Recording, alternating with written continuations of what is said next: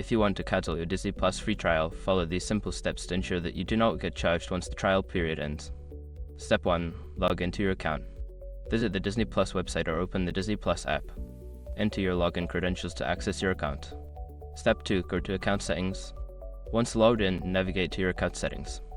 This can typically be found by clicking on your profile icon in the top right corner. Step 3. Select Subscription Details. In the Account Settings menu, look for the section labeled Subscription or Billing. Click on it to view your current subscription status. Step 4. Cancel Subscription. Find the option to cancel your subscription. Follow the prompts provided to confirm your cancellation.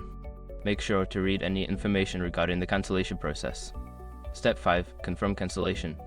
After completing the cancellation process, you should receive a confirmation email.